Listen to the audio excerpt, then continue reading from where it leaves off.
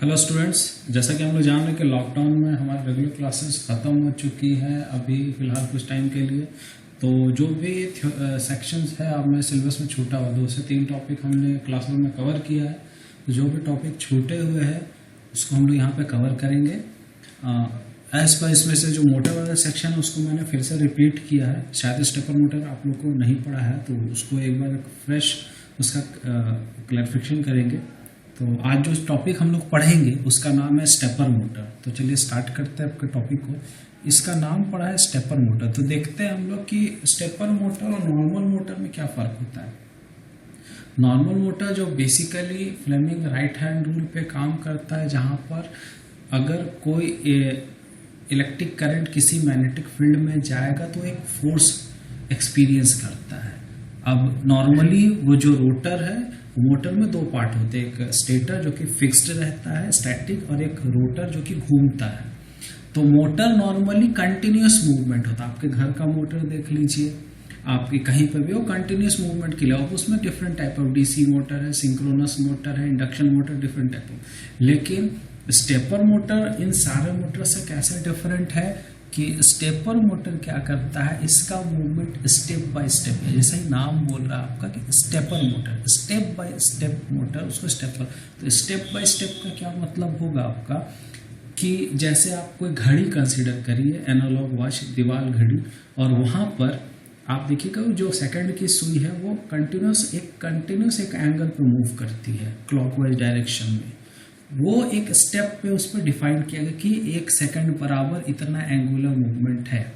अगर मैं यहाँ पे दिखाऊं कि अगर this one is your clock, और सेकंड, अगर सेकंड का एक कांटा इधर है, दूसरी बार में ये सेकंड का कांटा इधर आएगा, तो ये बना दिया आपका 1 डिग्री का एंगल मान लीजिए, या 2 डिग्री का एंगल जो भी है। तो ये स्टेप बाय स्टेप एंगल बनाते हुए रेडियस से वो मूव करते रहता है। उसी तरह हमारे इलेक्ट्रिकल इंडस्ट्रीज में या फिर रोबोटिक्स में क्या होता है कि हमें मान लीजिए ये कोई रोबोट है, कोई ये हाथ है उसको हमको 30 डिग्री घुमाना है, तो मैंने इधर ले आया। ये स्टेप बाय स्टेप मूवमेंट आके ये रोबोट यहाँ पे रुक जाएगा, और ये एंगल जो 30 डिग्री का होगा, ये 30 डिग्री जो होगा आपका एंगल, ये डिटरमाइन कौन करेगा, ये गिनेगा कौन, ये स्टेपर मोटर। तो चलिए स्टार्ट करते हैं। यहाँ पर स्टेपर मोटर में 2 पोर्शन होते हैं, एक स्टैटिक जो कि रुका हुआ सेक्शन है, ये देखिए कि वाइंडिंग के साथ, और एक रोटर। यहाँ पे रोटर में आप देखिएगा टूथ रोटर यूज करते हैं। मतलब यहाँ पे देखिएगा कि कहीं पे प्लेन है और कहीं पे एक छोटा सा भाग उठा हुआ रहता है, इसको टूथ रोटर बोलते हैं। अब रोटर में डिफाइन कैसे करेंगे, अगर देखिएगा यहाँ पे अगर एक कॉइल, जैसे यहाँ पे ए लिखा हुआ है देख रहे हैं, और इधर ए डैश है, बी है और बी डैश है, सी और सी डैश है। तो एक ए और एक ए डैश, एक बी और बी डैश, और एक सी या सी डैश, तीनों मिलके 3 फेज बनते हैं। ठीक है, तो एक फेज बराबर combination of A and A dash, ये स्टेटर का ही पार्ट है। ठीक है, तो अगर बोला जाए कि ये स्टेपर मोटर का कितने फेज का है, तो 3 फेज का है। अब यहाँ पे देखिएगा कि स्टेपर मोटर है यूज करिए, ये 2 फेज का है, phase A and phase B. Clear है? तो चलिए डेफिनेशन से स्टार्ट करते हैं कि स्टेपर मोटर है क्या। तो स्टेपर मोटर एक इलेक्ट्रोमैकेनिकल डिवाइस है। इलेक्ट्रोमैकेनिकल मतलब इलेक्ट्रिकल एंड मैकेनिकल, जो कि इलेक्ट्रिक एनर्जी को मैकेनिकल एनर्जी में कन्वर्ट करता है। अब इनपुट क्या है इसमें, इलेक्ट्रिक पल्स है, और आउटपुट क्या मिलता है, डिस्क्रीट मूवमेंट। ये 2 पॉइंट को समझने की जरूरत है कि स्टेपर मोटर में आप कोई डायरेक्ट सप्लाई नहीं देते हैं, कोई 220 वोल्ट नहीं देते। स्टेपर मोटर में क्या है, इलेक्ट्रिक पल्स देते हैं आप लोग इस तरह से, इसको बोलते हैं इलेक्ट्रिक पल्स। वोल्टेज का फॉर्म होगा +10 +5 जो भी देना है। और यहाँ पर क्या है, डिस्क्रीट मूवमेंट है। डिस्क्रीट मतलब क्या, छोटे छोटे स्टेप पे जो मूवमेंट होता है उसको डिस्क्रीट मूवमेंट बोलते हैं हम लोग। जैसे एक एंगल 1 डिग्री, 2 डिग्री, 5 डिग्री, जितने भी एंगल मूवमेंट है। तो यहाँ पे 2 वर्ड को समझ जाना चाहिए। इलेक्ट्रिक, हम स्टेपर मोटर में इलेक्ट्रिक पल्स देंगे और आउटपुट जो मिलेगा डिस्क्रीट मैकेनिकल मूवमेंट। और डिस्क्रीट मैकेनिकल मूवमेंट को कैसे आप डिफाइन करेगा, सिंपल घड़ी की सुई की तरह, वो एक डिफिनेट एंगल में आगे बढ़ते रहता है। अगर आपको सुबह आपको 12 से 3 3 तक जाना है तो आपको क्या करना पड़ेगा, ऑलमोस्ट 90 डिग्री का डिस्टेंस एंगल कवर करना पड़ेगा।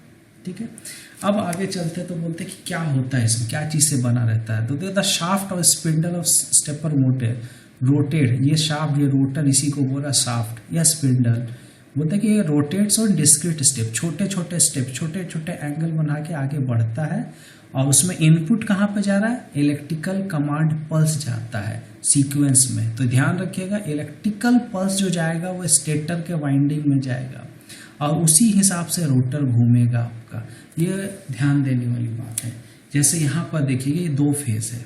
यहाँ पे आप देख रहे हैं कि ये फेज बी, ये भी एक वाइंडिंग है इस कॉइल की तरह, ये एक फेज ए, ये भी एक वाइंडिंग है। लेकिन जो इलेक्ट्रिक पल्स है वो मैंने फेज बी में दिया है, इसलिए मैग्नेटाइज हो जाएगा, रोटर इधर मूव करेगा। तो आपको दिखेगा कि रोटर फेज ए को छोड़कर फेज बी की तरफ जा रहा है। ठीक है, अब ये सारे बचे हुए पॉइंट को हम लोग दोबारा आएंगे यहाँ पे देखने। तो यहाँ पर हम लोग सीखे क्या है कि what is stepper motor. Stepper motor एक स्टेप बाय स्टेप बढ़ने वाला मोटर है जिसमें इनपुट जो देते हैं आप इलेक्ट्रिकल पल्स के फॉर्म में देते हैं और आउटपुट जो मिलता है वो स्टेप बाय स्टेप एंगल के फॉर्म में मिलता है। ओके, आफ्टर दैट यहाँ पे देखेंगे हम लोग, ये सारे पॉइंट को कवर करेंगे, देखते हैं फिर आगे क्या रहता है। यहाँ देखिए आप लोग कि अब यहाँ मैं पूछूं कि कितने फेस का ये मोटर है। तो यहाँ पे 1 2 3 4 फेस का, कि ए के साथ ए डैश है, बी के साथ बी डैश है, सी के साथ सी डैश है, डी के साथ डी डैश है। तो ये 4 फेस का मोटर है। अब चूंकि मोटर है तो मोटर हमेशा फ्लेमिंग्स राइट हैंड रूल पे वर्क करेगा। फ्लेमिंग राइट हैंड रूल क्या बोलता है कि अगर आप अपने राइट हैंड को इस तरह से स्ट्रेच करें ताकि आपका थंब जिस डायरेक्शन में घूम रहा है रोटर उस पे जाए, मैग्नेटिक फील्ड पे आपका 4 फिंगर जाए और मिडिल फिंगर जो ईएमएफ है उस पे जाए, इस तरह से अलाइन करिएगा तो डायरेक्शन ऑफ द मोटर आपको दिख जाएगा, क्लॉकवाइज घूमेगा या एंटी क्लॉकवाइज।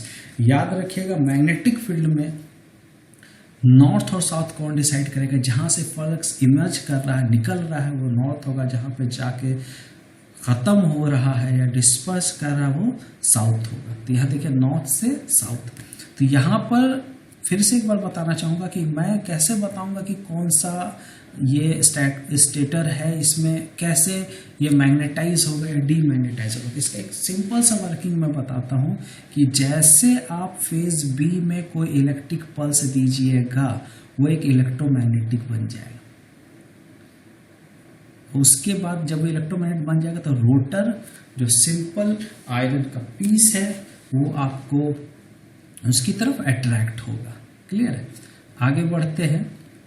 तो यहाँ पे देख रहे हैं हम लोग कि कंस्ट्रक्शन यहाँ पे हम देख रहे हैं, टूथ रोटर है यहाँ पे आपका और ये डिफरेंट फेस है, ए के साथ ए डैश, बी के साथ बी डैश, सी के साथ सी डैश। तो एक कॉम्बिनेशन आपका एक फेस की तरह डिटरमाइन करेगा। ठीक है, अब देखते हैं इसको। अब मैं थोड़ा सा पढ़ भी देता हूँ कि द रोटेटिंग मैग्नेटिक फील्ड, जो मैग्नेटिक फील्ड अगर स्टेटर में इलेक्ट्रिक पल्स दीजिएगा तो मैग्नेटिक फील्ड जनरेट करेगा और एक मैग्नेटिक फील्ड जहाँ पे जनरेट होगी वो एक मैग्नेट की तरह काम करेगा। मतलब क्या है कि अगर आप इसमें इनपुट इलेक्ट्रिक पल्स दीजिएगा तो ये कॉइल जो है मैग्नेट बनते जाएंगे। अब सवाल उठता है कि जब कॉइल मैग्नेट बन जाएंगे तो काम कैसे करेगा, वर्क कैसे करेगा। तो सबसे पहले वर्किंग्स का देखते हैं कि the direction of the flux. अब यहाँ पे मैंने देखा कि राइट हैंड रूल है यहाँ पर मोशन, मैग्नेटिक फील्ड और ईएमएफ के। तो जब हमको बेसिकली किस डायरेक्शन में मैग्नेट आपका रोटर मूव करेगा उसका डायरेक्शन डिटरमाइन करना है। ठीक है, तो इसका वर्किंग ये पूरी सारी चीज़ें लिखी हुई, इसको मैं नटशेल में बता रहा हूँ कि मान लीजिए ये ए है, ठीक है, और इसको मेरे को आपको आगे डी की तरफ ले जाना है। ओके, तो हम क्या करेंगे कि यहाँ पे एक ऐसा इलेक्ट्रिक सीक्वेंस डिटरमाइन करेंगे जो कि सीधा डी में जाए। जैसे ही इलेक्ट्रिक पल्स इस डी कॉइल में जाएगा करस्पॉन्डिंग टू दिस वन, ये कॉइल और ये कॉइल इनर्जाइज हो जाएगा। ये दोनों कॉइल इनर्जाइज होने के बाद क्या होंगे, मैग्नेट बन जाएंगे। मैग्नेट बनने का सीक्वेंस इस तरह से होगा कि ये वन जो टूथ रोटर है ए के इन्फ्लुएंस में था वो मूव करना चाहेगा डी की तरफ और ये क्लॉकवाइज मूवमेंट है। उसी तरह ये 4 जो आपका ए के डैश के इन्फ्लुएंस में ये आगे डी डैश की तरफ जाना चाहेगा। क्यों? क्योंकि ये अब मैग्नेट ए नहीं रहा है, अब मैग्नेट डी बन चुका है। अब मैग्नेट इधर भी ए नहीं रहा है, दैट इज डी। ठीक है, ए डैश नहीं रहा है, यहाँ पे डी बन चुका है, डी डैश बन चुका है। ओके, तो इस तरह से सीक्वेंस, अगर मेरे को आगे ले जाना रोटर को, तो फिर मैं इसमें सी को पल्स दूंगा, तो ये रोटर अट्रैक्ट होकर इधर आएगा। इसको बोलते हैं वेरिएबल रिलक्टेंस मेथड बोलते हैं हम लोग यहाँ पर इसको। अब यहाँ पे इसको मैग्नेटाइज करने का, तो फिर रोटर इधर मूव करेगा। याद रखिए सीक्वेंस सही होना चाहिए। आपको ए के बाद डी के बाद सी को पल्स देना, फिर ई को पल्स देना, एंड ऑल द वे आपको पल्स देके इस रोटर को मूव कराना है। बहुत सारे स्टूडेंट्स क्वेश्चन पूछते हैं कि सर क्या इसको एंटी क्लॉकवाइज मूव करा सकते हैं? तो बेशक मूव करा सकते हैं। आपको करना क्या कि जो पल्स आपने डी को दिया है वो पल्स आपको बी को देना है। तो जैसे बी को देंगे तो ये जो वन सेक्शन है ओवरऑल, ये सेक्शन ये मूव करना चाहेगा इसकी तरफ, फिर इधर पल्स देंगे तो ये मूव करना चाहेगा इसकी तरफ। तो एक क्वेश्चन स्टूडेंट्स को और आता है कि सर अगर ऑलरेडी यहाँ पे 6 है तो फिर ये इसको क्यों अट्रैक्ट करेगा? तो जाहिर सी बात है कि जैसे आप पल्स का सीक्वेंस दीजिएगा तो ये 6 मिस अलाइन हो जाएगा और ये 1 के साथ ही अलाइंड होगा। ठीक है, तो आप जैसे जैसे पल्स देते जाइएगा मूवमेंट ऑफ दी रोटर होता जाएगा, वो क्लॉकवाइज घूमेगा, एंटी क्लॉकवाइज घूमेगा। तो यहाँ पर देख लीजिए ये सारा चीज़ें फ्लेमिंग राइट हैंड रूल के बारे में बताइए। अगर कॉइल को ग्रैप्स करते हैं राइट हैंड में और उसको एक्सटेंड करते हैं तो थंब जो है 90 डिग्री पर मोशन को दिखाएगा और मैग्नेटिक फील्ड को दिखाएगा और वो सारी चीज़ें उसी को डेफिनेशंस में थ्योरी में लिखा हुआ। तो 90 में मोशन को, मैग्नेटिक फील्ड को और ईएमएफ को दिखाया जाएगा। तो रोटर यहाँ पे मूव करेगा उसी तरह से कि जो मैग्नेटाइज होगा उसकी तरफ मूव करेगा। सिंपल सा कॉन्सेप्ट है। तो देखिए था रोटर अलाइन इटसेल्फ, रोटर वहीं पे अलाइन करेगा खुद को जहाँ पे फ्लक्स का ऑपोजिशन मिनिमम हो। तो यहाँ पे हम देख रहे हैं कि यहाँ पे मैक्सिमम फ्लक्स जनरेट हो रहा है आपका, वो मैग्नेटाइज हो रहा है, रोटर ऑब्वियसली इधर मूव करेगा। क्लियर है? एंड इस तरह से मूव करके आगे बढ़ेंगे हम लोग। ठीक है, आगे बढ़ते कि अब सवाल उठता है कि एक बार जो रोटर मूव करेगा कितने एंगल मूव करेगा? तो हम जानते हैं सर्कल में हमने पढ़ा था कि पूरा कंप्लीट सर्कल कितना होता है 360 डिग्री। तो बोलता है कि स्टेप एंगल, अगर आपने कोई पल्स दिया है तो रोटर मिनिमम कितना एंगल मूव करेगा। तो यहाँ पे देखिए डेफिनेशन, यहाँ पे देखिए क्लैरिफिकेशन में यहाँ पे भी टूथ बना हुआ है स्टेटर में और रोटर में भी टूथ बना हुआ है। ये स्लॉटेड जगह पर टूथ बोलते हैं हम लोग। ठीक है, तो हमको क्या करना है कि अगर हम एक पल्स दे रहे हैं तो रोटर मिनिमम कितना मूव करेगा, कितना एंगल मूव करेगा, तो उसको बोलते हैं स्टेप एंगल। स्टेप एंगल बोलेगा the number of degrees A rotor will move पर स्टेप। एक बार में मिनिमम कितना स्टेप मूव करेगा उसको स्टेप एंगल बोलेंगे। उसको इसमें कभी कभी न्यूमेरिकल आता है तो उसको बोलेंगे 360 डिग्री बाई एस। ठीक है, तो ठीक है 360 डिग्री क्या है सर? तो यहाँ पे देखेंगे कि ये पूरा कंप्लीट साइकिल 360 डिग्री है। Okay, whereby S equal to M into N R. ठीक है, ये दैट इज एम जो है वो नंबर ऑफ फेज है और एन आर जो है नंबर ऑफ रोटर टूथ है। अब इन दोनों को समझना पड़ेगा हमको। तो नंबर ऑफ फेजेस क्या है? देखो यहाँ मैंने पता अगर ए और ए डैश, बी और बी डैश, तो ये बनेगा आपका दो फेज। ठीक है, क्योंकि कॉम्बिनेशन के साथ आपका इलेक्ट्रिकल सर्किट चलता है।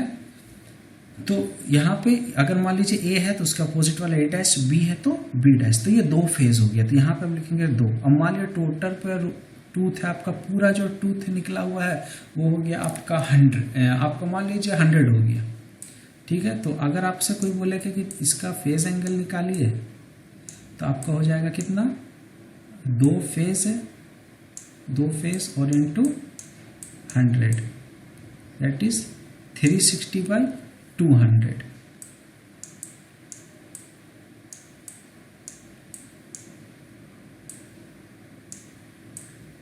ये आएगा आपको करीब करीब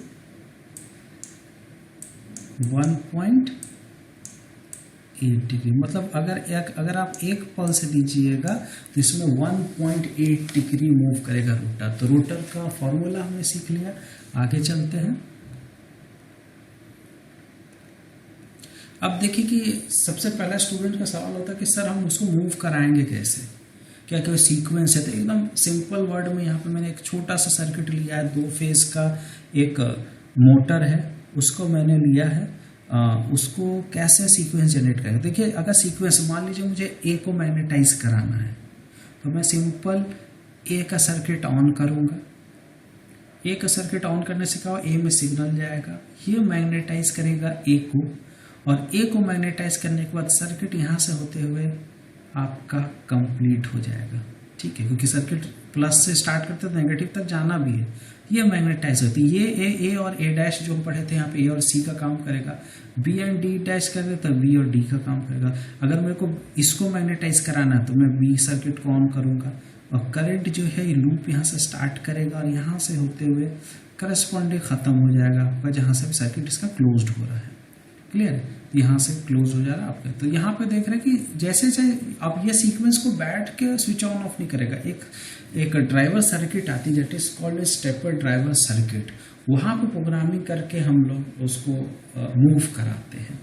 जैसे मान ली मेरे को 1 सेकंड में 5 पल्स चाहिए, 3 पल्स चाहिए, जितने भी पल्स है उसमें मूव करा के हम लोग उसमें देखें। ठीक है, अब सवाल आता है हाँ इतने अब हम देखें जो स्टेपर मोटर पढ़ा है, सिंपली मैग्नेटाइज कराइए रोटर को, ये वेरिएबल रिलक्टेंस टाइम है। 3 तरह के होते हैं stepper motor.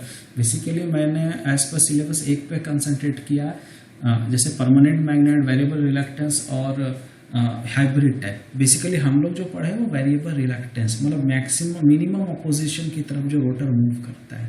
Okay, after that यहाँ पर क्या है, यहाँ पे क्या इसकी बेनिफिट्स क्या है। तो सबसे पहला बेनिफिट क्या बोलते हैं यहाँ पे, ये देखते हैं हम लोग कि rotation of angle is proportional to input pulse. मतलब कोई रोटर कितना मूव करेगा वो डिपेंड करेगा कितना पल्स दिए। जाहिर सी बात है, ज़्यादा पल्स दीजिएगा ज़्यादा मूव करेगा, कम दीजिएगा कम मूव करेगा।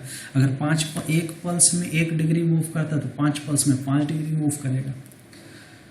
Motor has a full torque it stand still if the winding are energised. मान लीजिए अगर आपने पल्स नहीं दिया है, ओके, फिर भी मोटर में पल्स नहीं दिया तब भी वो फुल्ली एनर्जाइज्ड रहते हैं। वाइंडिंग अगर एनर्जाइज बाहर से सब में सप्लाई देता है तो फुल टॉर्क दिया जाएगा उसमें। After that precise positioning and repeatability, मतलब पोजिशनिंग मतलब क्या, अगर 1 डिग्री मूव कर रहा है तो वो 1 डिग्री ही मूव करेगा, that is called precise position. इसलिए रोबोटिक्स में इसका बहुत ज़्यादा यूज़ होता है। जहाँ पे किसी भी रोबोट को कोई सामान उठाना तो बहुत ही प्रिसाइज तरीके से काम करना पड़ता है। आगे चलते बोलते हैं रिपीटेबिलिटी बहुत अच्छी होती है। मतलब एक ही अगर मैंने 5 पल्स को 5 बार दिया तो 5 बार वो सेम एंगुलर मूवमेंट में कन्वर्ट करेगा, उसमें कोई डिफरेंस नहीं होगा। अब देखते हैं इसमें एक्यूरेसी 3 से 5% की आती है। आज काफ़ी एक्यूरेट मोटर है आपका। ठीक है, अब देखिए रिस्पॉन्स अच्छा है, स्टार्ट कर सकते हैं, स्टॉप कर सकते हैं, रिवर्स कर सकते हैं, बहुत ही रिलायबल, क्योंकि यहाँ पे कोई ब्रश यूज़ नहीं हो रहा मोटर में।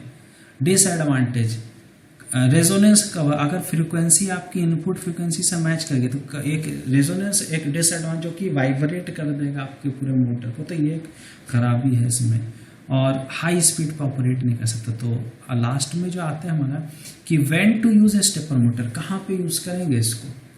तो इसका यूज़ हम लोग देखते हैं कि कंट्रोल, जहाँ पे चीज़ों को देखना है, यहाँ पे ये लाइन है control angle, rotation, positioner, synchronise करने के लिए यूज़ करना चाहिए। ठीक है, तो इसका यूज़ देख रहे हैं हम लोग प्रिंटर में करते हैं, प्लॉटर में करते हैं, स्कैनर में करते हैं, हार्ड डिस्क में करते हैं, फैक्स मशीन में करते हैं, रोबोट्स में करते हैं, बहुत सारी चीज़ें हैं। ठीक है, तो स्टार्टिंग में कुछ चीज़ें छोड़ी थी हमने, कुछ पॉइंट्स जो कि पढ़ने के बाद क्लियर हुए हम लोग के, कि यहाँ पे देखिएगा the motor has several direct relationship to the applied input signal. ये मोटर डायरेक्ट रिलेशनशिप है, मोटर का मूवमेंट और इलेक्ट्रिक पल्स। जाहिर सी बात है, जितना पल्स दीजिएगा उतना मूव करेगा। ठीक है, the sequence of pulse directly related to the direction of the motor shaft. ठीक है, अगर आप इस सीक्वेंस में पल्स दे रहे हैं तो फॉरवर्ड मूव करेगा, अगर आप इस सीक्वेंस में पल्स दे रहे हैं तो रिवर्स मूव करेगा। तो क्लॉकवाइज और एंटी क्लॉकवाइज ये भी डायरेक्शन जो है वो क्लॉकवाइज या एंटी क्लॉक, ये भी पल्स के मूवमेंट पे ही डिपेंड करता है। द लेंथ ऑफ रोटेशन, कितनी देर तक रोटेट करेगा, ये भी इनपुट पल्स पे ही डिफाइन करेगा। तो ये हमने पूरा एक सीक्वेंस देखा स्टेपर मोटर का। आपको करना क्या है, ये सारा चीज़ जो वीडियोस के फॉर्म में आपके कॉपी में नोट डाउन करना है एज ए स्टेपर मोटर, और आपको उसका फोटो क्लिक करके व्हाट्सएप में सेंड करना है। हाँ, उसके आपको अगर 4 पेज में लिख रहे हो तो 4 पेज का कंबाइंड पिक बनेगा, 4 पिक नहीं भेजना, और वो उसके ऊपर अपना रोल नंबर लिखना, that will be your considered as attendance, और हर स्टूडेंट को ये करना है। और जितने भी स्टूडेंट्स हैं वो एक कंबाइंड ग्रुप बना है, उसमें आके सिर्फ अटैच हो जाए ग्रुप में। Thank you.